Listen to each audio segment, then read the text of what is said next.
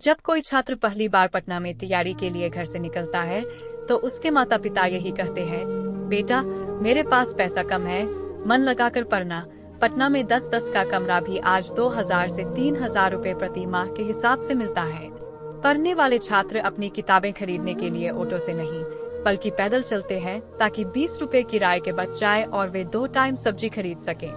उनके चेहरे की रौनक धंस जाती है और माथे पर तनाव की लकीरें साफ दिखाई देने लगती है। 2 टाइम के बजाय 1 टाइम खाना बनता है ताकि पैसा बचे और वे किसी परीक्षा का फॉर्म भर सकें। घर से पैसा बहुत लिमिट में मिलता है।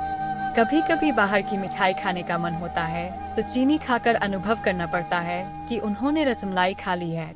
बहुत ही संघर्ष और तप जैसी जिंदगी पटना जैसे शहर में जीने के बाद जब कोई भर्ती आती है तो 1000 पदों के लिए लाखों आवेदन आते हैं। पढ़ने वाले के घर से फोन आता है, बेटा इस भर्ती में बढ़िया से पढ़ना। घर वालों की उम्मीदों के बोझ से फिर से टेंशन बढ़ जाती है। फिर भी लाखों लोगों को पीछे धकेलकर परीक्षा में पास होते हैं। घर, परिवार, समाज और स्वयं को लगता है कि अब नौकरी मिल गई है, कोई टेंशन की बात नहीं है, बस ज्वाइनिंग रह गई है। दोस्तों और रिश्तेदारों को पार्टी भी दे देते हैं। फिर 2 साल तक इंतजार करते हैं कि अब ज्वाइनिंग होगी, लेकिन उसी बीच नया आदेश आता है कि भर्ती की परीक्षा रद्द हो गई है। क्या महसूस होता होगा उस पास हुए छात्र के ऊपर। 10 साल से पढ़ाई कर रहे हैं, कोई भर्ती आती नहीं है। एक भर्ती आई, पास भी हुए, अब उसे रद्द करना क्या न्यायोचित है। आटा गूंथते समय गर्मी में पसीना इस कदर गिरता है जैसे लगता है कि शरीर से चिल्का झील का पानी निकल रहा है। सर के बाल तख्त, टेबल, कुर्सी पर ऐसे गिरते हैं जैसे किसी नाई की दुकान हो। रोटियां बनाते बनाते जिंदगी भी रोटी जैसी हो जाती है। पढ़ाई करने वाले छात्र घर पर ही रोटी, सब्जी, चावल, दाल सब एक साथ खाते हैं। रूम पर तो कभी एक साथ नहीं बनता है। बनेगा भी कैसे, क्योंकि घर से इतना पैसा नहीं मिलता है। जब गैस भराना होता है तो दोस्तों से या बगल वाले भैया से उधार लेना पड़ता है। जिस दिन रूम का किराया देना पड़ता है वह दिन सबसे कठिन होता है। यह संघर्ष की कहानी पटना में तैयारी कर रहे हर छात्र की हकीकत है, लेकिन वे उम्मीद नहीं छोड़ते। वे जानते हैं कि उनकी मेहनत और संघर्ष एक दिन जरूर रंग लाएगा। मेजर ध्यानचंद हॉकी के जादूगर के नाम से प्रसिद्ध मेजर ध्यानचंद बहुप्रतिष्ठित बेहतरीन हॉकी प्लेयर थे। गोल करने की उनकी क्षमता अद्भुत थी और अक्सर विरोधी टीम भारत के इस खिलाड़ी के सामने घुटने टेकते हुए नजर आते थे। 29 अगस्त को आने वाला उनका जन्मदिन भारत में राष्ट्रीय खेल दिवस के रूप में मनाया जाता है और भारत के राष्ट्रपति ने भी उन्होंने राजीव गांधी खेल रत्न, अर्जुन और द्रोणाचार्य अवार्ड से इस दिन सम्मानित भी किया गया है।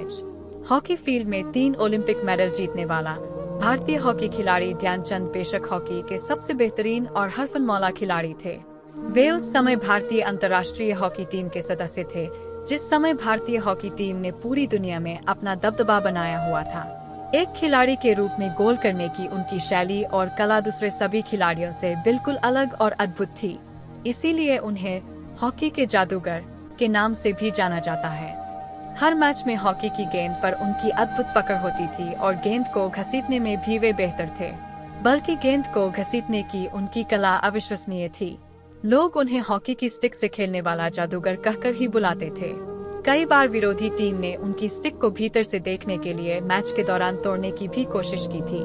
हॉकी के प्रति उनका प्रेम तब बढ़ने लगा था जब किशोरावस्था में ही वे आर्मी में शामिल हो चुके थे। शुरू में आर्मी टीम की तरफ से खेलते थे, जहां उन्होंने अच्छा खेलकर अपना नाम भी कमाया। जिस भारतीय टीम ने 1928 के एम्स्टर्डम ओलंपिक और 1932 के लॉस एंजल्स ओलंपिक में गोल्ड मेडल जीता था, उस भारतीय टीम के कप्तान ध्यानचंद ही थे। 1932 के ओलंपिक में भारत का पहला मैच जापान के खिलाफ था, जिसे उन्होंने 11 से 1 से जीता था। इससे सिद्ध हुआ कि भारतीय टीम काफी अच्छा प्रदर्शन कर रही है और सबको यकीन था कि टीम फाइनल में जाकर एक बार फिर गोल्ड मेडल जरूर जीतेंगी। ओलंपिक के बाद भारतीय टीम ने यूनाइटेड स्टेट, इंग्लैंड और दूसरे देशों से खेलने के लिए बहुत से इंटरनेशनल टूर भी किए। टूर के अंत में भारत खेले गए 37 मैचों में से 34 जीता था। इस टूर में चंद ने भारत द्वारा किए गए 338 गोल में से 133 गोल दागे थे। 1934 में उन्हें भारतीय हॉकी टीम का कप्तान बनाया गया और अपनी कप्तानी में टीम को 1936 के बर्लिन ओलंपिक में ले गए। वहां भी उन्होंने अपना जादू दिखाया और भारत को तीसरा ओलंपिक गोल्ड मेडल जिताया। 1940 के अंत तक वे लगातार हॉकी खेलते रहे और फिर इसके बाद 1956 में आर्मी के मेजर के रूप में सेवानिवृत्त हुए। सेवानिवृत्त होने के बाद वे भारतीय टीम के कोच बने। अंतिम दिन 1956 में 51 साल की उम्र में मेजर के पद पर कार्य करते हुए वे सेवानिवृत्त हुए।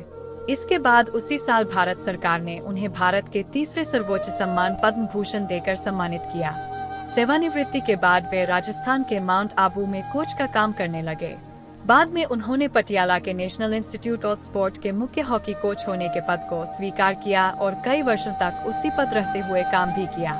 चंद ने अपने अंतिम दिन अपने गांव झांसी, उत्तर प्रदेश, भारत में बिताए थे। मेजर ध्यानचंद की मृत्यु 3 दिसंबर 1979 को all India institute of medical science, Delhi में हुई। झांसी के शहीदों के मैदान पर उनका दाह संस्कार किया गया था। मेजर ध्यानचंद को मिले हुए अवार्ड और उपलब्धियां। वे उन तीनों भारतीय टीम के सदस्य थे जिन्होंने 1928, 1932 और 1936 के ओलंपिक में गोल्ड मेडल जीता था। अपने पूरे हॉकी करियर में उन्होंने तकरीबन 1000 से भी ज्यादा गोल किए थे, जिनमें से 400 उन्होंने अंतर्राष्ट्रीय स्तर पर किए थे।